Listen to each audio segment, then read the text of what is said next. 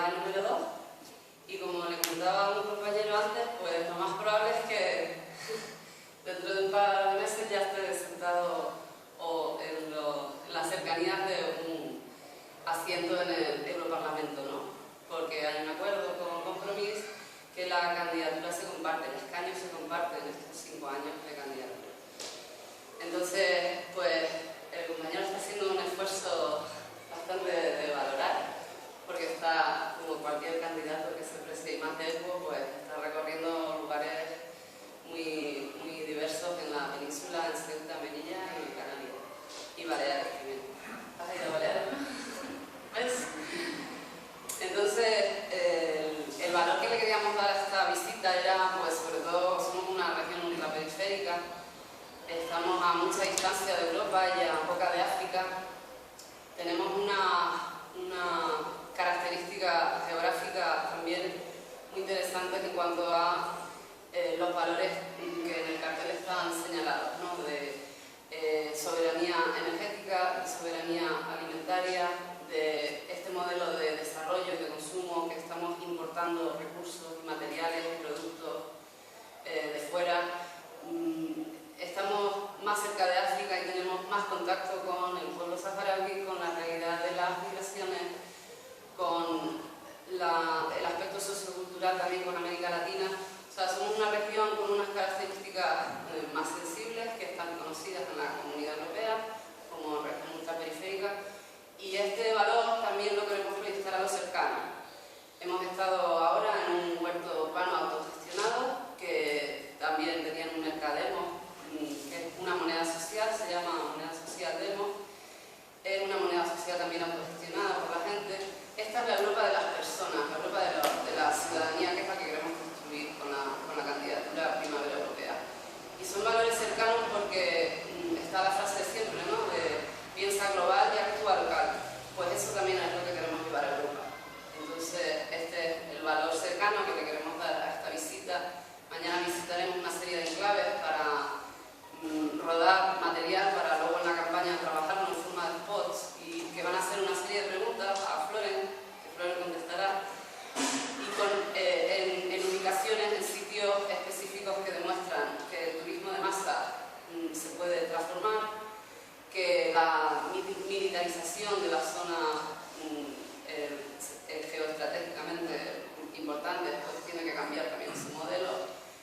Vamos a ir al vertedero, al complejo ambiental del Salto del Negro, porque es una situación crítica que tenemos ahora, la implantación del plan de residuos que implanta una incineradora de 368.000 toneladas al año de residuos.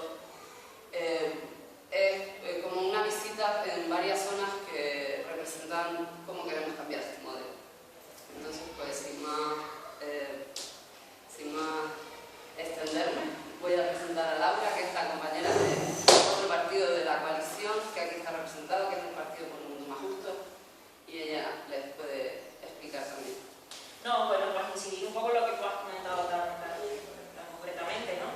Que la Primavera Europea es la Europa de las personas, que en estos últimos años hemos visto cómo se han ido recordando nuestros derechos, especialmente los derechos humanos cada vez son menos derechos y para menos personas. En la sanidad, la educación, no todo el mundo va a tener acceso, ya lo estamos viendo, que incluso para muchas personas ya es difícil poder recibir asistencia sanitaria. Queremos una Europa diferente de la que tenemos, por eso hablamos de la Primavera Europea, algo que están haciendo, que queremos que sea nuevo. La Europa que nació después de la Segunda Guerra Mundial, una Europa que se construyó pues para la paz interior, para evitar los conflictos, pero ha dejado fuera de su marco la relación norte-sur de dominación entre el norte con Europa, con los países del sur, sobre todo África, Sudamérica. Entonces, esto es la oportunidad de crear otra forma de ver Europa, ¿no? Una Europa que esté por las personas, para las personas y con unos valores dados en los derechos humanos y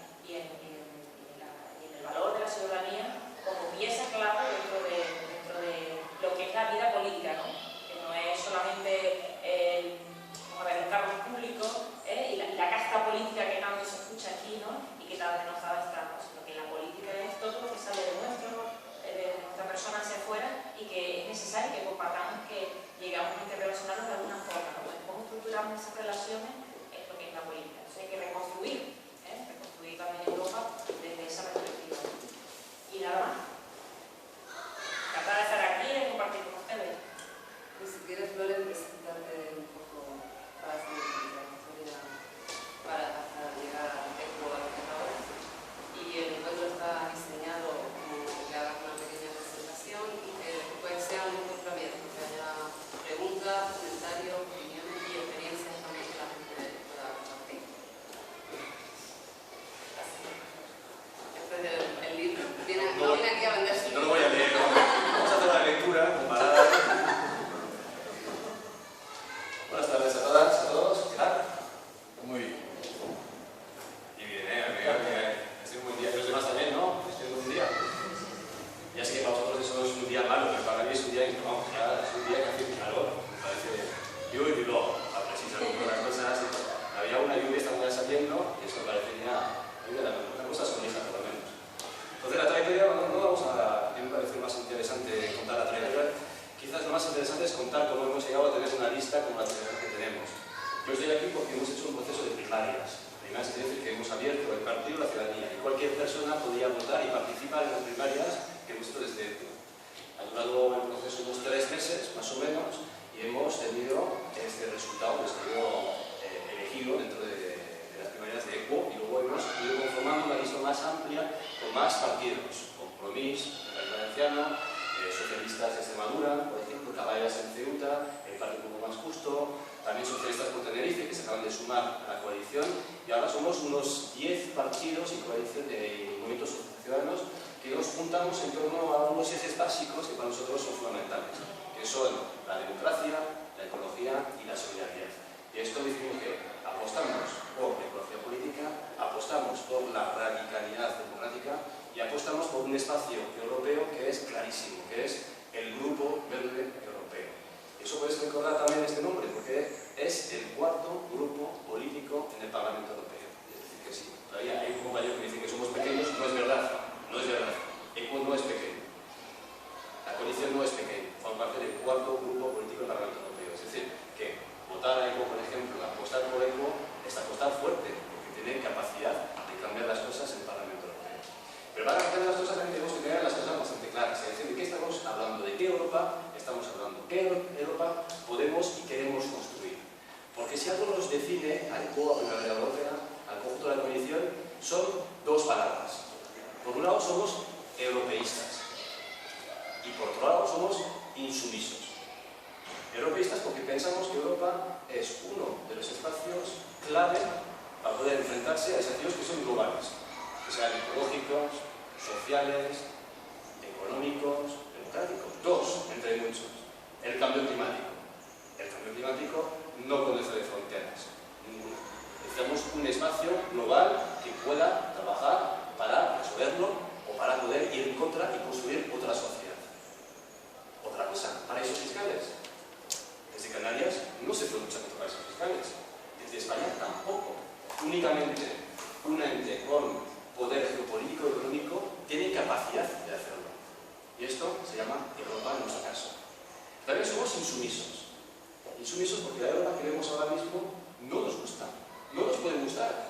Porque si no pasamos en valores que dijimos de solidaridad, de democracia y de ecología, ¿cómo nos pueden gustar las políticas de recortes y austeridad que vemos ahora mismo? Esto no es posible, porque las políticas de recortes lo que están haciendo es crear, por un lado, muchísimo paro, cosa que conocéis muy bien en Canarias. Eso es una de las regiones en Europa, no en España, en Europa, con más paro. ¿Qué estáis ahora mismo? Casi llegando al 40%, rozando. Y eso es el paro normal, el juvenil está muy por encima. Estamos creando paro no solamente en Canarias, por supuesto, estamos creando paro en el conjunto de la Unión Europea. Estamos hablando de un 10% de la población activa está en el paro. Y eso, si ponemos en millones de personas, supone 26 millones de personas en el paro. También estamos creando pobreza, muchísima pobreza. 5 millones de personas más al año caen en la pobreza en la Unión Europea. Y también estamos creando desigualdad. Desigualdad, porque la sociedad no no son malas para todos, todas. Hay una minoría que está ganando. Espera un segundo, ¿les ha gustado esta parte de la charla? La calma.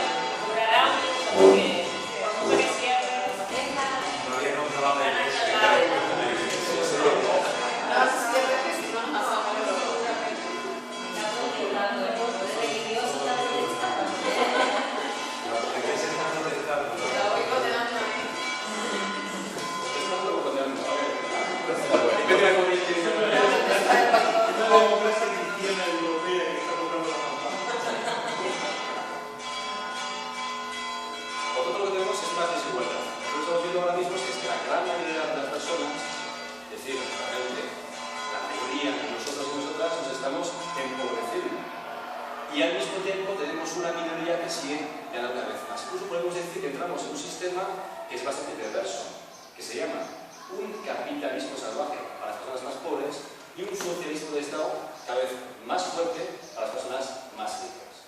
Y esto es la situación que nos ha dejado ahora mismo estas políticas.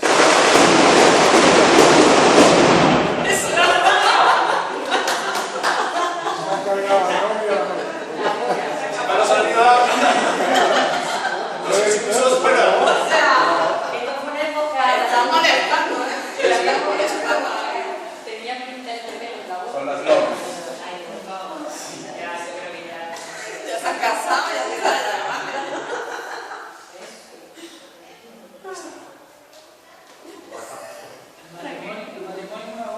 Sí, sí, no.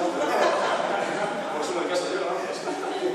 Los nombres van a traer el capitalismo, Sí, a ver. Voy a tener mucho cuidado, ¿eh? Es especial, ¿eh? Y eso que yo vengo del País Vasco, ¿eh? Entonces, eso tenemos por un lado. Paro, pobreza y desigualdad. Al mismo tiempo, lo ha dicho la compañera, tenemos un recorte de derechos. Y sobre todo podemos coger un ejemplo bien concreto. Para los migrantes. Los migrantes es uno de los colectivos más castigados ahora mismo por la crisis y por la gestión de la crisis que hace Europa. Yo estuve hace poco en Ceuta y aquí lo que he visto es la valla de la vergüenza. Hemos recorrido 8 kilómetros de la valla que separa África de Europa. Porque la valla no separa África de Ceuta, no separa África de España. Lo que hace es separar África de Europa. Porque los migrantes que vienen para ir a Europa.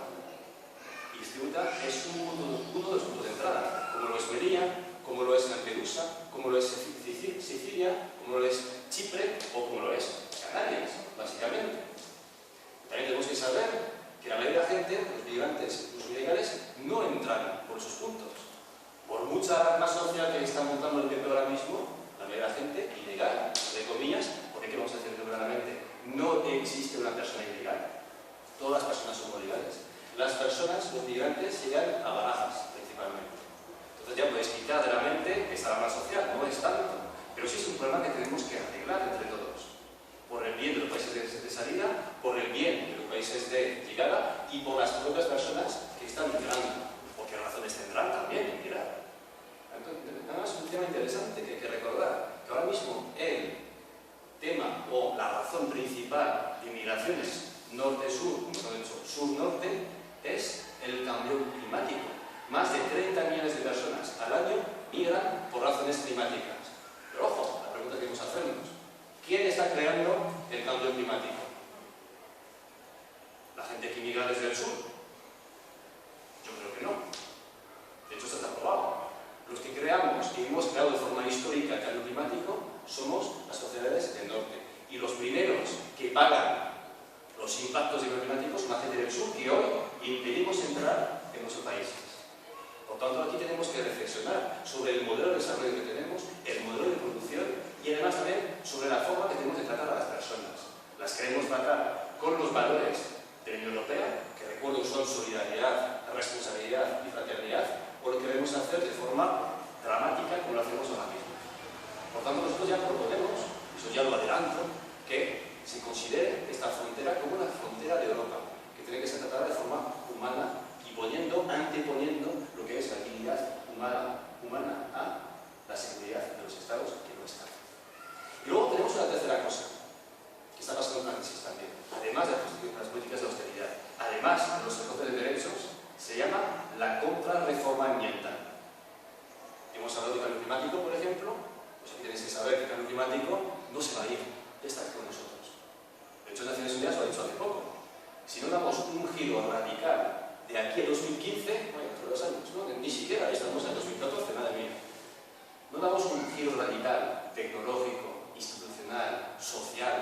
acción política, el cambio climático va a ser durísimo. No el mejor escenario que nos dicen los expertos, sino el peor escenario. Y esto ya está pasando. Y eso nos va a afectar directamente, aún más, además, a las regiones españolas que más al sur se encuentran, porque son los que van a vivir con más fuerza y más dureza lo que son las sequías. Por eso ya os dejo caer que para Canarias el cambio climático es importantísimo. Además, teniendo en cuenta que sois una isla bastante alejada, primero la península, más cerca a las verdades de África, pero con menos relaciones comerciales humanas con esta parte del mundo. Por tanto, eso es un gran reto. Además, tenemos una crisis energética también, que es la otra parte de la crisis climática. De hecho, los gases de efecto invernadero tienen el 60% de los combustibles fósiles que estamos quemando. Pero claro, lo que está pasando es que se acaba el petróleo, dicho de forma simple. Estamos entrando en una era donde el combustible fósil, el petróleo, el gas, va a ser caro, poco abundante y de mala calidad. Eso supone que el espejismo que vivimos durante 60 años después de la Segunda Guerra Mundial se termina. Se termina, porque ya tenemos acceso a esta energía que teníamos. Y otra vez, eso os impacta directamente, aún más, a los que vivís lejos de los continentes.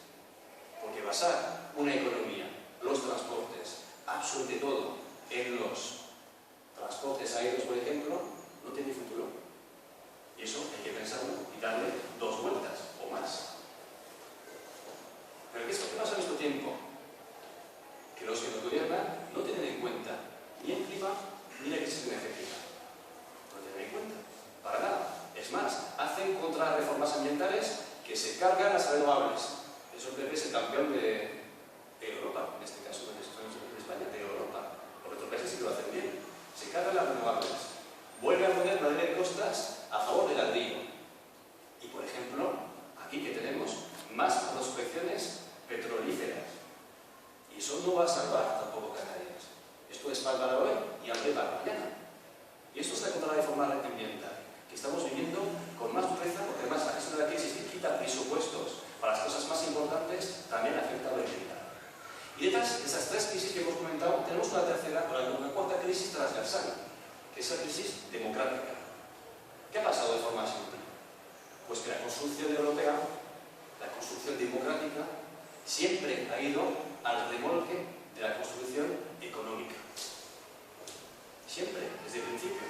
Y el resultado es una Europa muy alejada de la ciudadanía. No por distancia, aunque en vuestro caso lo puedo entender. Pero, por ejemplo, hay gente en París que se queja del alejamiento de Bruselas, que está a 1 hora y media en el tren. El alejamiento no es físico, sobre todo es mental. No lo sentimos cercano. Ha creado también una acumulación de tratados que nadie entiende. ¿Alguien aquí me puede decir cómo funciona la Unión Europea de forma muy simple? ¿Cuál es el gobierno? ¿Quién crea las leyes? ¿Quién las vota? ¿Sobre qué temas? ¿Alguien? ¿Algún voluntario? La comisión, ¿no? Tú has tenido un buen día, hoy estás... ¿Qué hace la comisión? Promover al Parlamento. El Parlamento lo aprueba. ¿Solo? ¿La aprueba el Parlamento? Estatal. Los estados directamente, lo que aprueban los tratados, ¿no? Bueno, comparándolo con un Estado nacional, la Comisión sería como el gobierno, muy light, poco representativo, pero sería el Parlamento Europeo sería como el Parlamento o el Senado. El presidente, que es una marioneta, pero se supone que es el presidente del gobierno. ¿Y qué más? Las comisiones son las que, como aquí las comisiones que preparan todo el tinglado del Parlamento. Yo os puedo decir que aquí tenéis un nivel muy alto. A las respuestas está muy alto en comparación con la realidad que estamos viendo en la calle.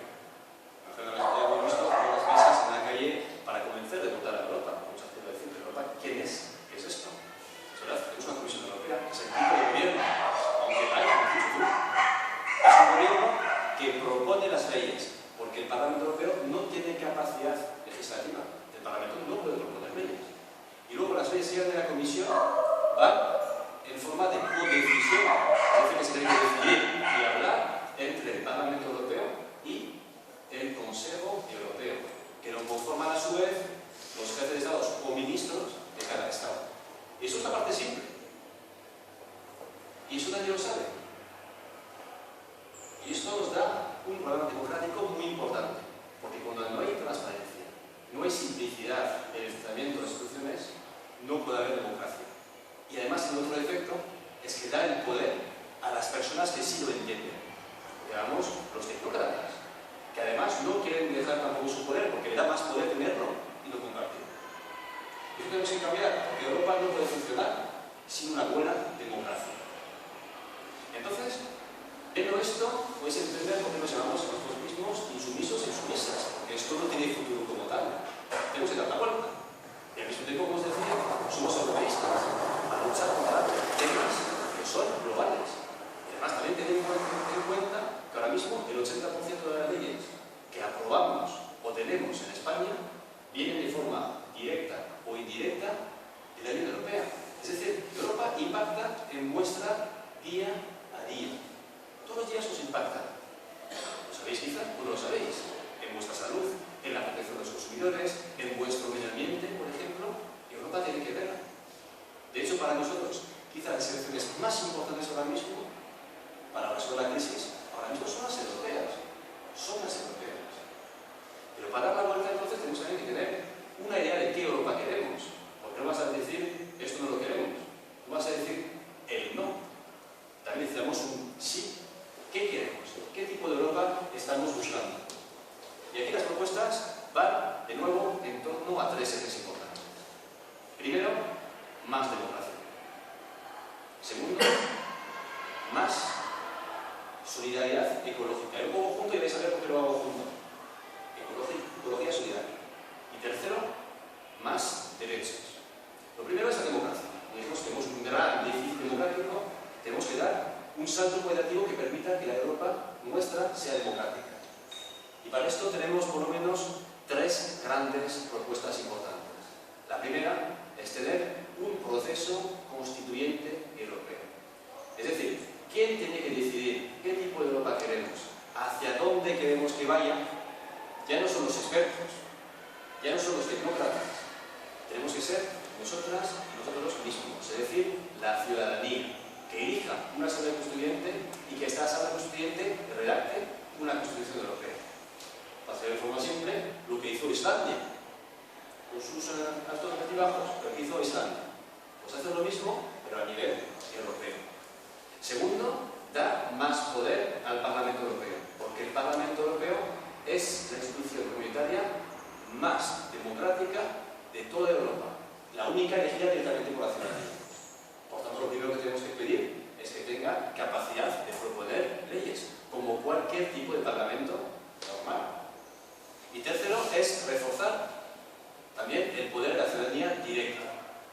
Y aquí tenemos una herramienta que es muy buena, que tenemos que reforzar también, que se llama la Iniciativa Ciudadana Europea. No sé si os sonará, pero con 1 millón de firmas recogidas en toda Europa, se puede pedir a la Comisión Europea que tenga que hacer una legislación europea sobre el tema. Y la primera que se ha conseguido hacer, con 1 millón de firmas, y mucho más, de hecho, casi son 2 millones de firmas, es pedir que el agua sea un derecho y un bien básico.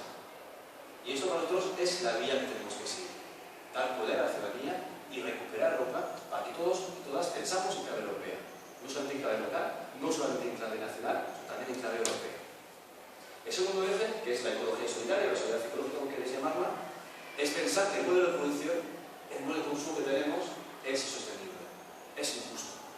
Por tanto, aquí, dar la vuelta es una necesidad. Y eso que llamamos la transición ecológica de la economía, que tiene con dos objetivos importantes. Uno, luchar contra el paro masivo. Y dos, tener un modelo que pase de insostenible a sostenible. Es decir, invertir en todos aquellos sectores que llamamos verdes.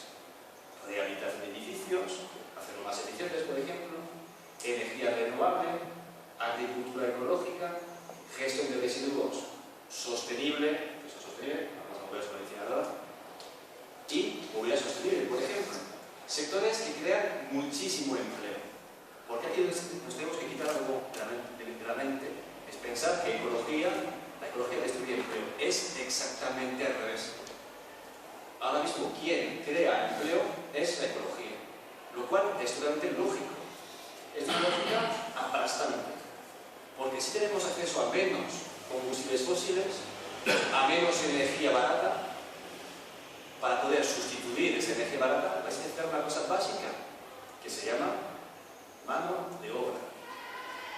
Por lo tanto, un mundo más sostenible, con un número productivo más sostenible, supone más empleos. Por eso hemos calculado que en el conjunto de la Unión Europea podemos crear más de 20 millones de empleos en esos sectores. Es decir, casi tanto como el número de personas desempleadas ahora mismo en la Unión Europea. Y si queréis otra cifra, en España, 2 millones de aquí a 2020. Entonces tenéis que salir de aquí con la cabeza alta y preguntar a la gente que os dice, sí, los ecologistas no tenéis ningún plan para el empleo. Es al revés. ¿Quién nos ha traído hasta aquí con 26% de paro en España? ¿Los ecologistas? Los socialistas y conservadores europeos, que están empeorando además con la crisis y su gestión esas tasas de paro y de precariedad. ¿Quién tiene un plan real, tanto ecológico como social? Pues somos los ecologistas. Eso es la gran novedad. Por eso digo con cabeza alta, porque hay soluciones. No pasan por prospección petrolífera o del gas. Por ejemplo, aquí pasamos por energía renovable, que es mucho más intensiva en empleo que cualquier tipo de prospección, pero mucho más, no tiene nada que ver. Y eso tenéis que decir, no estéis fuera, porque esa es la realidad. Además, en vuestro caso, lo vais a necesitar. Yo también vengo de una isla, es verdad que vivo en Bilbao, es otra isla, pero vengo de Córcega. Y en Córcega, en Baleares o en Canarias, es el mismo reto. Es cómo podemos construir un modelo energético que sea y se base en el ahorro energético, en la eficiencia energética, en las energías renovables y, eso es importante para las islas, que sea autosuficiente. Y tenemos pocos años para hacerlo. Es un gran reto. Tenéis 2 millones de habitantes y para dar energía a 2 millones de habitantes supone muchísima mano de obra para tener energía renovable que lo pueda sustentar. Entonces es un gran reto, pero sobre todo es una gran oportunidad. Una gran oportunidad para un gran cambio que sea socialmente justo y sostenibilmente, ecológicamente bueno. Eso era el segundo pilar. Este segundo pilar además va con lo social, con el reparto de riquezas. Aquí no voy a entrar mucho, pero tenéis que saber que se puede y se tiene que repartir la riqueza si queremos disminuir la diferencia de desigualdad a nivel local, a nivel europeo y entre el norte y el sur, por supuesto. Propuestas básicas, pero muy importantes, es poner impuestos a los que más contaminan y más ganan. Fiscalidad ambiental, por un lado, y por otro lado, un impuesto sobre transacciones financieras. La famosa tasa Tobin, para decirlo de una forma simple, porque los recursos sí que existen, hay recursos. Que no es verdad que no hay recursos, están aquí, pero muy mal repartidos. Y si queremos una sociedad sostenible, con grandes cambios, necesitamos también una sociedad más igualitaria. Y para eso necesitamos repartir la riqueza. Y el tercer eje, que va con los 2 primeros, es defender y conquistar nuevos derechos.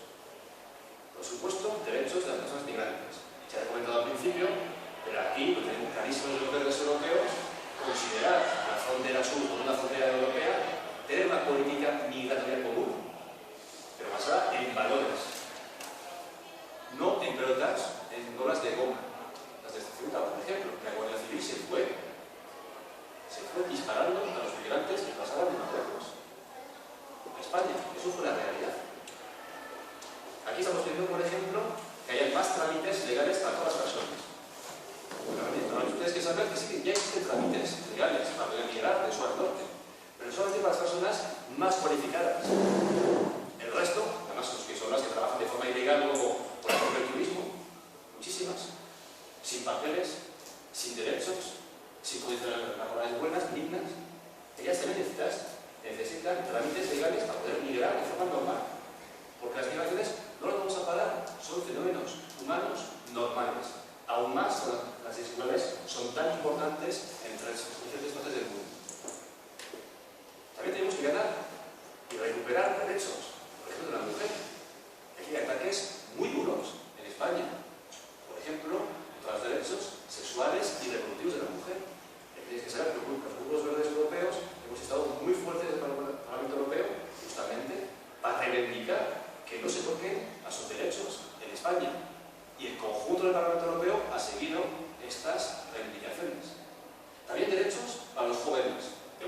60% de paro, más o menos, en España.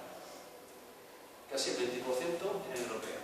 Pues aquí hay que poner también recursos para que los jóvenes tengan acceso o bien a un empleo o bien a una formación. Eso también los verdes europeos lo hemos luchado desde hace 3 años. Se llama la Garantía Juvenil Europea. Nos interesa el tema y propone justamente eso. Un plan de choque para que los jóvenes no caigan en el desempleo y sobre todo en la pobreza. Porque hoy no tener un empleo es un riesgo de exclusión social. Pero ojo, incluso tener un empleo hoy en día no significa no caer en la pobreza.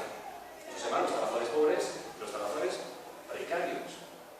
También pensar en los derechos, el derecho a tener acceso a la energía. Porque hoy existe un fenómeno cada vez más grave que es la pobreza energética. Es decir, con 15% de la población española ahora mismo no se puede permitir el lujo de encender la calefacción o la luz, por ejemplo. No pueden. Por diferentes razones económicas, psicológicas, pero no pueden. Aquí también pedimos un plan de emergencia. Que nadie se quede sin luz y calefacción. Y sobre todo, reformar el mercado eléctrico que está detrás también de esto.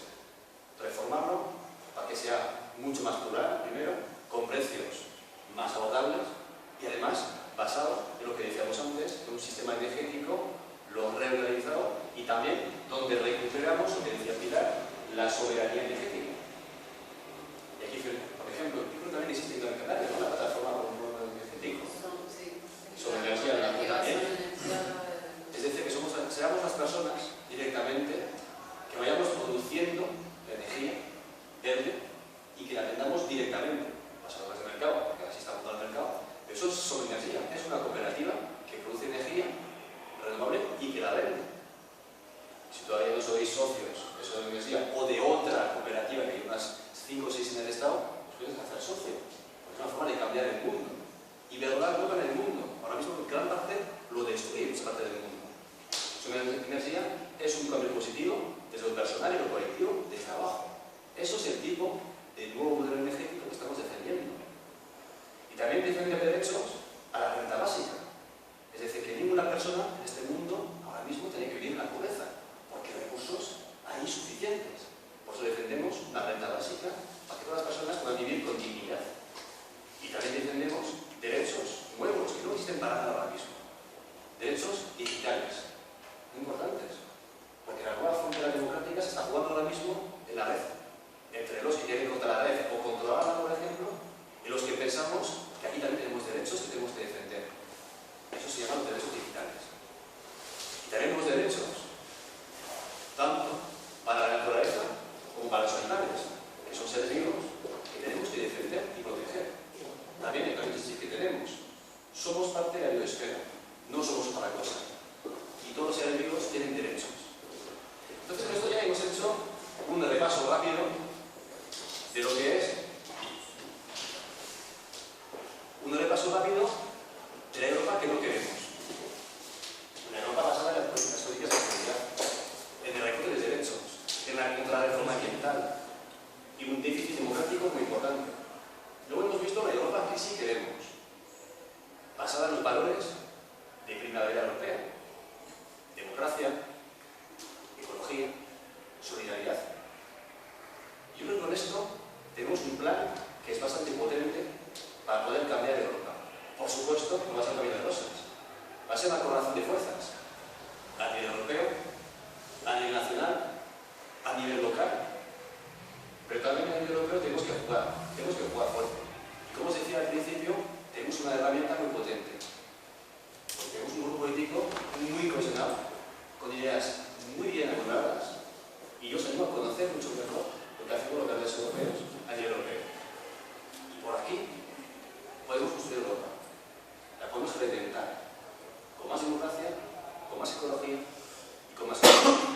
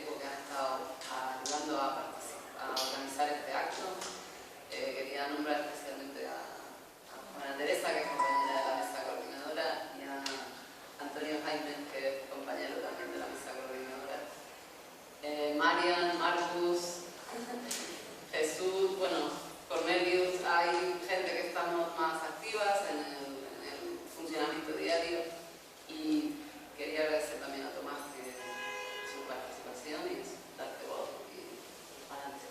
Gracias, Pilar. Una cosa que antes Florent remarcó, y era el tema de cómo le explicamos a la gente que Europa está ahí, que existe, que es importantísimo votar, y es una experiencia que he extraído, que hemos extraído en conjunto de las mesas que hemos montado últimamente, y es que te encuentras con una gente bastante desanimada, un ciudadano muy desanimado, indignado, desilusionado, que no sabe, Europa lo ve muy muy lejos, y sin embargo, conectando con lo que dice Florent, ahí se está decidiendo todo. Ahora, el 80% de las normas que nos rigen, de las leyes que nos rigen, pues tienen que ver están elaboradas allí y inciden directamente, y nos encontramos con un ciudadano en la calle que no quiere ir a votar, no piensa ir a votar, y claro, es la falta de información también, que es lo que estamos notando, ¿no? Y es importante pues incidir en eso. Yo creo, informando a la gente del significado que tiene Europa, la importancia que tiene en nuestras vidas, yo creo que es una labor que en este caso la izquierda o nosotros, nuestro partido, pero en toda la gente, las personas progresistas deberíamos de luchar y de poner nuestra mijita, ¿no? Como decimos aquí, para que la gente despierte, ¿no? Decirles, trasladarles ese espíritu de lo que se está conformando con Europa. Y yo lo que les quería compartir esa observación de Florent y animarles a todos que por lo menos aporten un granito de arena con los amigos, con la familia, olvidándonos de, no les pido el voto porque todavía no se puede pedir también, ¿no? Pero es solamente intentar a la gente concienciarla, aunque sea motivarnos un poquito para que vayamos a votar, que voten a quien quieran, pero que vayan. Y eso, que nos falta cohesión de la izquierda, la gente estamos no sé, en esta sociedad ahora que estamos tan aislados, viviendo cada uno por su lado, ya apenas todo es digital, ya nos falta el cara a cara, ¿no? el contacto físico, ¿no? que tanto practicaron nuestros antepasados, y nosotros lo estamos perdiendo así de un día para otro, ¿no? Quizás nos haga falta eso, el ser más solidario.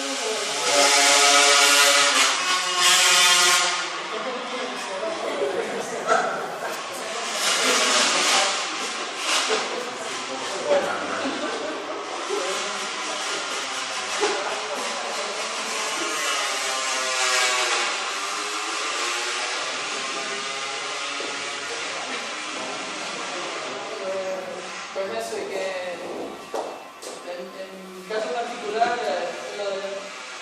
lo del tema el tema de la economía, la verdad que para mí también cada vez yo me metí en esto, bueno, como algunos compañeros saben, así por accidente, yo creo, por inercia, no sé qué pasó, pero me metí en este tema. Me estoy descubriendo como ecologista y es un placer sentirte parte de todo, ¿no? Conectado con todo eso que nos rodea, el medio ambiente, la naturaleza, cosas que uno está metido en su día a día y estamos corriendo ni todos los días, centrado en sus cosas y ni presta atención a esto. Y estoy descubriéndome como ecologista poco a poco, aunque parezca mentira que lo digo, pero es verdad. Nuestros principios, como decía antes Florent, no es una cosa que te digan, oye, vamos a ser horizontales, vamos a ser ecologistas, vamos a ser, equitativos, sí, o que la equidad reine en nuestras vidas, y esto no se coge así en un momento. Esto hay que trabajarlo, practicarlo, decírtelo primero tú mismo. Yo creo que uno mismo, primero hay que convencerse de todos esos valores y luego sacarlos al exterior, ¿no? Y nada más, y no me enrollo más porque quiero dar la palabra antes que caigan. Vale, gracias por el comentario. Yo quería hacerte una pregunta referente Bien, a... nombre. Mario Blanco. Soy de Quería preguntarle porque, bueno,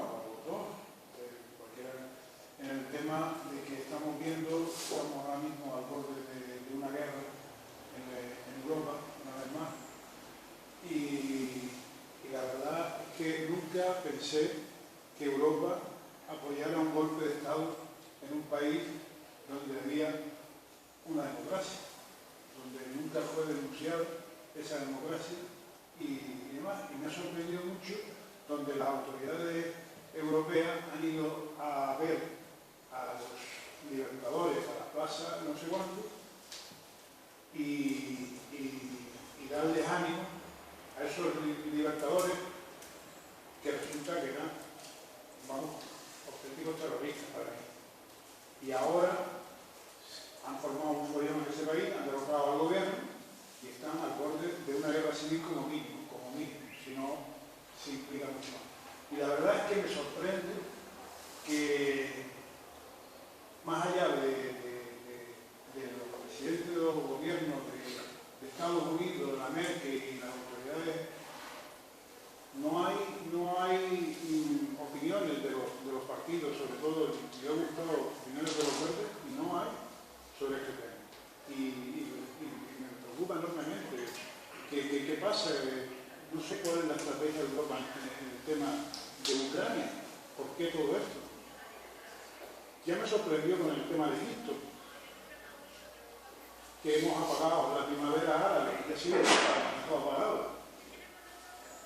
Entonces, no sé si es que solamente queremos el bienestar para nosotros solos y que los demás sigan en el paleolítico. Me da esta sensación de que queremos como una burbuja de cristal donde nosotros vivamos muy bien y a los demás solamente que nos nutran de materias primas y demás.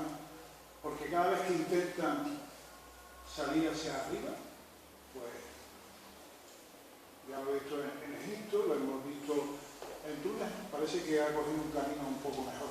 Pero ahora en Ucrania, y ya digo, para mí han sido las autoridades comunitarias las que han ayudado al golpe de Estado. Porque ahí estaba la señorita esta, la señora Catherine Ashton esta, yendo a animar ahí a los terroristas de la plaza.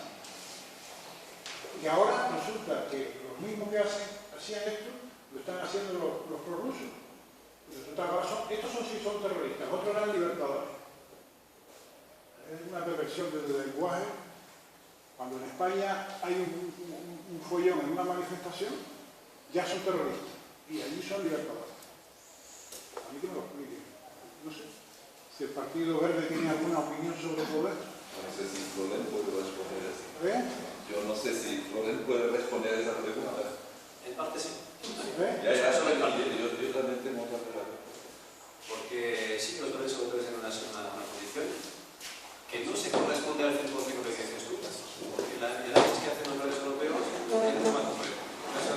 Es mucho más complejo. La situación ucraniana es mucho más compleja que reducirlo a la intervención de fuerzas exteriores. Bueno, hay un montón de divisiones en Ucrania que no tienen nada que ver ni con Occidente ni con Rusia. Primero, tienes una ciudadanía, existe una ciudadanía activa como tú como yo, que está hasta el moño totalmente de su oligarquía. Eso es lo primero. Y no es verdad que podemos reducir la Plaza Maiden, o Maiden significa plaza, pero bueno, eso sí llama la Plaza Maiden, reducir la Plaza Maiden a unos terroristas de extrema derecha. Todos los que han estudiado el tema te dicen que eso no es verdad. Incluso los propios ucranianos. La mayoría de la gente que estaba aquí no eran de extrema derecha, era totalmente heterogénea, como tú puedes imaginar una manifestación de España. Lo mismo, de gente que estaba harta de la corrupción altísima en Ucrania. Eso sí que es verdad que luego hay grupos de extrema derecha minoritarios que se han aprovechado de la situación. Y eso siempre pasa. Eso no es el pico de Ucrania, vamos. Tienes un momento de revuelta, vienen los movimientos de extrema derecha y se aprovechan justamente para intentar coger el poder. Pero el primero en Biden no fue esto. No fue esto. Eso es el primer comentario sobre lo que ha pasado. Y que está cambiando, por supuesto, porque eso puede hacer unos cuantos meses. Segundo, tenés una división muy importante entre las propias oligarquías del oeste y del este, pro-occidentales y pro-rusas, que se dan por todas partes. Y que allá están totalmente igual que piensan los de Biden, por ejemplo. Luego tenés divisiones entre los que hablan ruso, por ejemplo, muy cercanos de forma histórica a Rusia, porque además Rusia siempre ha reivindicado que parte de Ucrania era parte de su gran imperio, y gente que habla otros idiomas. Tienes diferencias étnicas. Y eso tampoco tiene que ver con Merkel. Porque eso no tenemos que reducir un problema muy complejo unas pocas cosas. Y luego tenéis otro tema que es el tema energético. Pero también que es mucho más complejo de lo que solemos decir. Porque lo hemos presentado desde ese punto de vista, ¿no? Que en la Unión Europea estamos súper dependientes de la energía. Pues sí, es verdad. Del gas, sobre todo. En España no. Porque en España no llega gas desde Ucrania. El gas nosotros llega desde África. Pero sí que llega petróleo, por ejemplo. Llega petróleo de Ucrania. Pero los países en la Unión Europea más dependientes del gas y petróleo ucraniano son los países del este, principalmente, y Finlandia. Son estos. Pero cuando decimos que la dependencia siempre es bilateral. Eso tenemos que recordar. Siempre tenemos que recordar. Es decir, nosotros somos dependientes de la materia prima que nos llega desde Rusia, pero Rusia es altamente dependiente de los capitales inversores de Occidente. No pueden cerrar el grifo tampoco. Gazprom no funciona sin la Unión Europea, por ejemplo. Entonces, si pensamos de forma más compleja también, vamos a ver, los juegos se están dando de forma bilateral. Eso es muy importante. Y también me gustaría añadir, cuando decimos esto, que también Putin no es una persona que yo considero demócrata para nada. Y son seguros, yo cuando leo muchas cosas de la izquierda, por ejemplo, poniendo a parir como no se puede en la Unión Europea, que son cosas malas, desde luego, vamos, no te creas que no leo esto, pero en este caso no ha sido el demonio que estamos pitando, dejando de analizar lo que está haciendo Putin en Rusia, lo que está haciendo Putin en Crimea, porque en Crimea lo que está haciendo Putin, eso sí que es totalmente ilegal, contra todas las leyes internacionales que incluso Rusia ha firmado. Entonces también tenemos que incluir esto dentro de todo esto. Y Putin, su razón de ser ahora mismo y su forma de entender los conflictos es la fuerza pura y dura. Está rompiendo el derecho internacional, que no ha sido fácil montar entre todos y todas. No ha sido fácil. Pero te puedo decir aquí que no hay buenos y malos de forma tan simple como esta. Extrema derecha, porque además esto ha sido un argumento utilizado por el propio Putin justamente para decir que la gente de Magdalena no era la gente buena, porque estaba en el occidente, porque estaban diciendo, no, es extrema derecha. ¿Quién utilizaba este argumento? Putin y toda su prensa. Y de hecho un argumento más, que aquí es muy importante saber. Cuando se organiza en muy poco tiempo, no democrático, el referéndum en Crimea, en un mes, que eso es muy democrático, ¿a quién invita Putin como observador internacional? A la extrema derecha europea. El Frente Nacional francés se fue ahí de observador. Los que quisieron ir. ¿Eh? Los que quisieron ir. No, él invitó porque él tiene contactos. No se fueron y quisieron. Bueno, Putin se está montando sus redes con la extrema derecha europea. Nos gusta o nos guste. Pero te digo, tenemos que tener un análisis mucho más complejo de lo que está pasando ahí. Mucho más complejo. Entonces los gobiernos europeos se sitúan en esto. Y lo que dicen es lo siguiente, para llegar a la postura que pueden tener. Primero, los gobiernos europeos apoyamos a la ciudadanía en Ucrania que defiende los valores de la libertad de conciencia y la libertad de valores. Solidaridad, como nosotros. No a la extrema derecha, por supuesto, vamos, no hay que recordarlo eso. Pero sí que apoyamos a la ciudadanía que está harta, como nosotros aquí estamos hartos de los que son corruptos, pues igual, les apoyamos en Ucrania. Es lo primero. Y lo segundo es que pedimos que se negocie de forma natural entre Ucrania y la Unión Europea un acuerdo de asociación que dé salida a este conflicto. Y además estamos pidiendo también que haya observadores internacionales en Ucrania y que se resuelva pacíficamente este juego a tres bandas, Rusia, Ucrania y Unión Europea. Eso es la postura oficial. De hecho, tengo muchos países europeos que han ido ahí, porque además te puedo decir que los países alemanes conocen muy bien Ucrania, porque hay mucha relación histórica entre los países. Ha estado Rebecca Harms, por ejemplo, ha estado ahí. Ha estado ahí no mirando, sino que ha estado en Mayo hablando con la gente, hablando con relaciones no gubernamentales, con la gente cerca de nosotros que piensa como la gente que estamos aquí. Por eso te digo que yo te animo por lo menos a tener una visión más compleja de lo que está pasando y si quieres información te puedo pasar los comunicados de prensa que ha hecho los países europeos pidiendo justamente esta resolución. Y la última propuesta, que además ya os dije antes, es construir un modelo energético autosuficiente. Está clarísimo que somos demasiado dependientes tanto de Rusia como de muchos otros. Arabia Saudí, por ejemplo, vamos. Pero así corroboraría el miedo, como dijo Mario, de que estamos en una bola o en un palacio de cristal y lo demás no está arreglado, que si la independencia energética puede dar pie a que interese menos lo que pasa fuera de ella también. Como puede pasar. Efecto. Eso puede pasar por gente que no piensa como nosotros, que siempre tenemos la relación norte-sur, por ejemplo, muy presente. Entonces tienes razón. En la conciencia ciudadana, ¿dónde podría pasar? Yo creo que en los países europeos, yo digo que no. Porque siempre decimos autosuficiencia, pero al mismo tiempo solidaridad presente en las relaciones internacionales. Pues sí, entiendo lo que quieres decir. Pero esto es lo que yo Como enlace directamente proponer cualquier cosa que haga Partido Verde respecto a Ucrania, introducir una componente energética hasta el punto de decirle a ellos también la energía limpia para Ucrania. Sí, sí. Además que eso es lo que defendemos los Por mucho recurso que tengan. Sí, sí. Eso lo defendemos en todo lo que te preocupes. Yo pienso que también... perdón. No, eso ya es... en este caso yo creo que el tema de Crimea es un síntoma simplemente de una política, de unos intereses internacionales de unos grupos determinados, tanto económicos como políticos. Y aquí la Unión Europea pinta poco. Lo digo yo directamente como ciudadano europeo que me duele mucho. ¿Por qué? Ucrania es simplemente una pieza en ese tablero de intereses. Como ha sido Yugoslavia en su momento, como ha sido Libia en su momento, como ha sido Egipto en su momento. Y siempre detrás de esos desastres que tendrán en un desastre, está una nación que se llama Estados Unidos. Y Europa nunca ha actuado independientemente. Europa siempre ha actuado como satélite de los Estados Unidos. De hecho, para entrar en la Unión Europea tienes que entrar primero en la OTAN. Por lo tanto, se acabó el chollo. Aquí terminas la independencia política, la independencia militar y no puedes actuar. ¿Por qué? Porque los países, cada uno separado, como la Unión Europea, no tienen una unión política, cada uno decide por su lado.